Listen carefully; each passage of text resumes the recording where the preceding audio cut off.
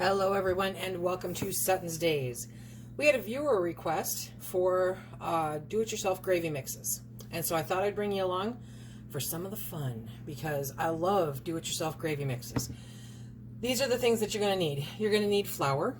You're going to need bouillon. If you want to make chicken, then chicken gravy mix, it's chicken bouillon. Beef gravy mix, it's beef bouillon.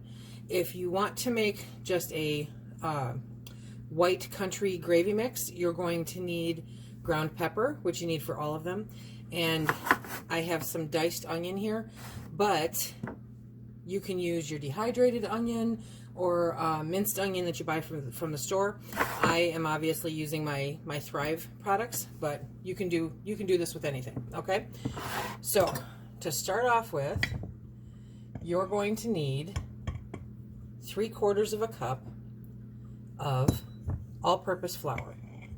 Nothing special, just all-purpose flour. And then comes the fun part. Now I'm going to use the beef bouillon, okay?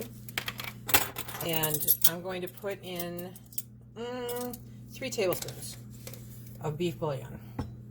So that's 1, 2, 3, okay?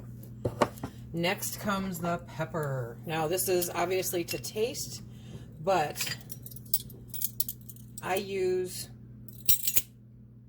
1 teaspoon, yes, 1 teaspoon of pepper. Now you can do a half, you can do a whole. It depends on how peppery you want it to be. I use 1 teaspoon, it kind of falls right in the middle there, you know. Okay, and you've got this in a container. Aren't these just the great, got these from Dollar Tree, you guys. For $1. Okay, so we're going to take that, we're going to mix it up. We're actually going to close the lid and give it a really good shake.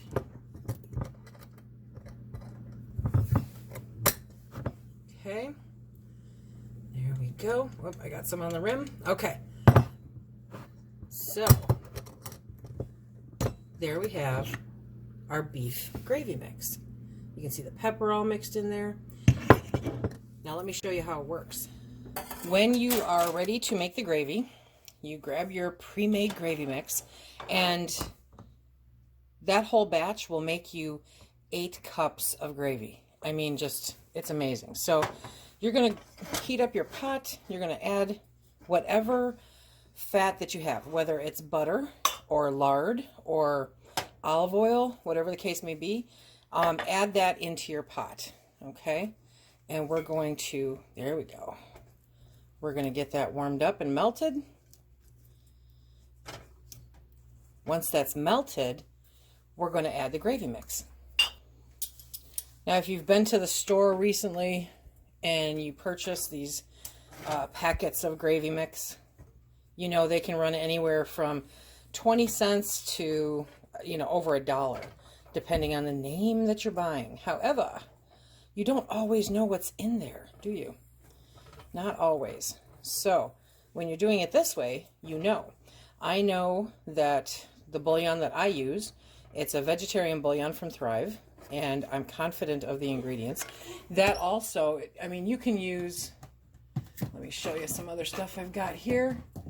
You can also use, whoop, there you are, something like this. Oh, look at that, ham-flavored gravy.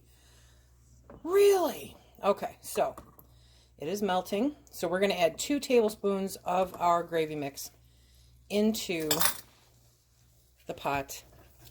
We're going to mix it around. Okay, get all of that mixed in with that butter.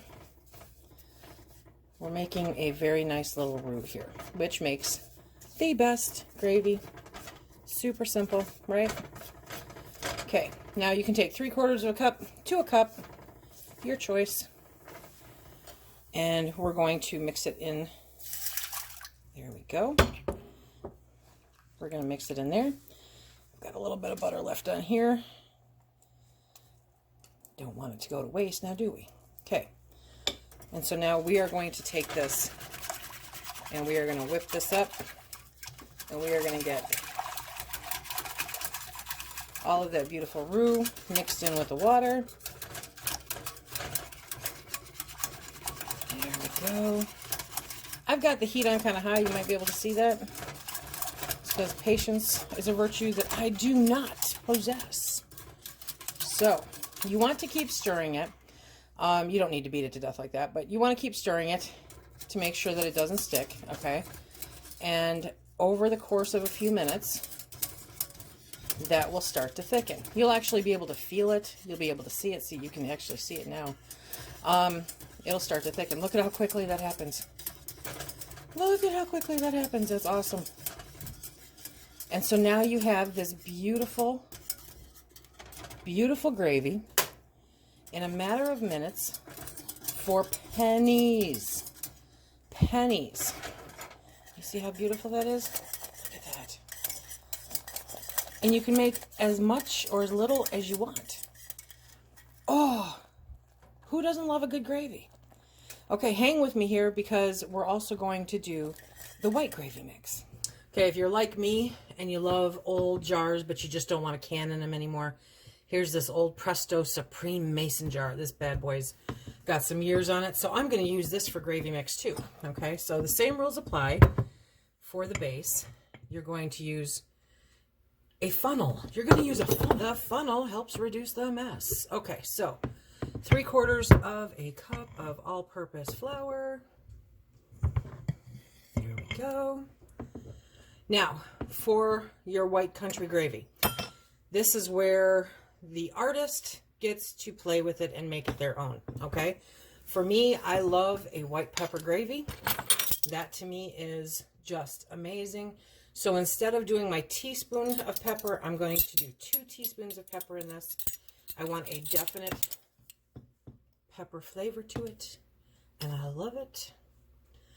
Okay, and then just to add a little more depth to that flavor, you can add in a teaspoon of minced onion. That is going to be a game changer over anything that you can buy in the store, okay? Now you take your jar, screw on the lid, you give it a good shake. You mix it all up, and then you say, Lise, show me how it turns into gravy. Okay, I'll do that. Okay, again. Same deal. We're going to turn the heat up. We're going to throw some butter in there. And again, any kind of fat, whether it's lard or oil or butter. Okay, so the butter is melting. And we're going to put in 2 tablespoons of our white country gravy mix. And we are going to mix it around. White country gravy is one of those things that just goes good on everything. Everything, I tell you. Oops, butter needed to melt a little bit more, but no harm, no foul. It will melt. As you mix it around in here, it will. Okay. There we go. Oh yeah. So you've got that nice little base right there. Okay, now we're going to dump in 3/4 of a cup of cold water, and we're going to mix it around. I hope that you will be able to see the white in it, because the light in my vent has a yellowing color to it. But, okay, we're going to beat that all up in there. And we're going to bring it back up to a nice temp. Okay.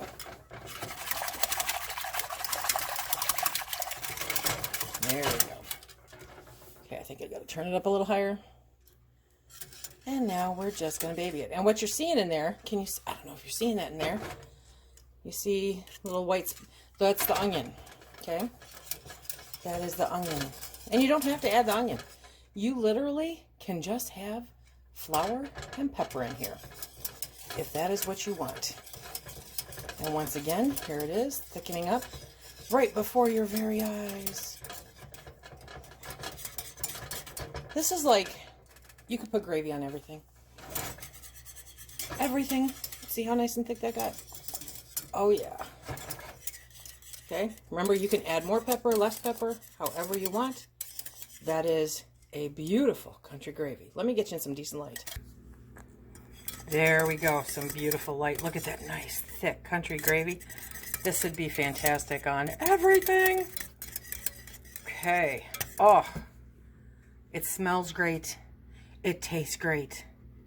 It's gravy, you guys. Okay, remember, I don't salt anything. So with the white gravy, you're going to want to add some salt because it's an important part for taste. But the reason I didn't put it in the recipe is because that's something that you have to determine for yourself, for your family, and what your preferences are, okay? Myself, I'd probably put in, honestly, I'd probably just add it on the plate, but I'd probably put in 1/4 to 1/2 teaspoon into the entire batch, which remember makes 8 cups, okay? So salt's important. Okay, so to make the beef gravy or the chicken gravy or ham, okay, remember you want to add in that particular kind of bouillon or flavoring stock, whatever, you know, whatever you have. I use the Thrive because that's what I have and I love the flavors of them. For the white gravy, you're just going to want to add pepper, some onion if you want, because it adds a little more flavor to it. And based on what your family likes as far as salt goes, you're going to want to put the salt in there too. It takes, you guys saw it, I didn't edit that at all. It takes a minute-ish to make gravy. You can't beat that with a stick. It costs nothing, absolutely nothing. You use the things you already have in your house, and you don't have to have it in those little packets. So then, okay, Lise, well, you know, we don't use it that often, so how long will it last? Don't you love it when I talk to myself? That will last you 6 months easy, okay? If you just put it in an airtight jar, that will last you 6 months with no issues whatsoever. I honestly believe it lasts a little bit longer than that, but I couldn't tell you for sure because, well, it doesn't last that long here. It's only making 8 cups, so it's a good thing to have on hand for when you don't feel like, ugh, dealing with dry meat. Okay, no dry meat. Anyway, if you like gravy, if you like having gravy available for your vegetables, for your meats, for your starches, for whatever, this is something that is so simple, so easy, quick and convenient, and you don't have to go out and buy it because you've got all the ingredients right here in your house. This is an awesome January pantry challenge kind of staple, okay? Because gravy makes, well, almost everything taste better, right? Okay. Remember, if you like what we do here, please hit that like, subscribe, and share. Check us out on Instagram, Facebook. Don't forget about Twitter. Until the next time, you guys, be safe.